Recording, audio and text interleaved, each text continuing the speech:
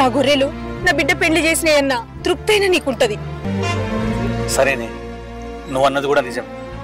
అన్ని గొర్రెలు నమ్ముతా, కానీ ఆ కట్టిన గొర్రెను మాత్రం అమ్మను. ఎందుకయ్యా?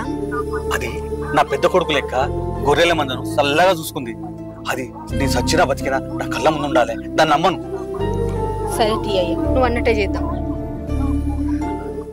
వీరన్నయ్యో, గొర్రెలను చూసి వచ్చినాము, మాకు బాగా నచ్చినాయి. ఇక తీసుకోండి, తీసుకోవే. ఏంటిదే వీరన్న బాగా బాధపడతాను? ఏంది?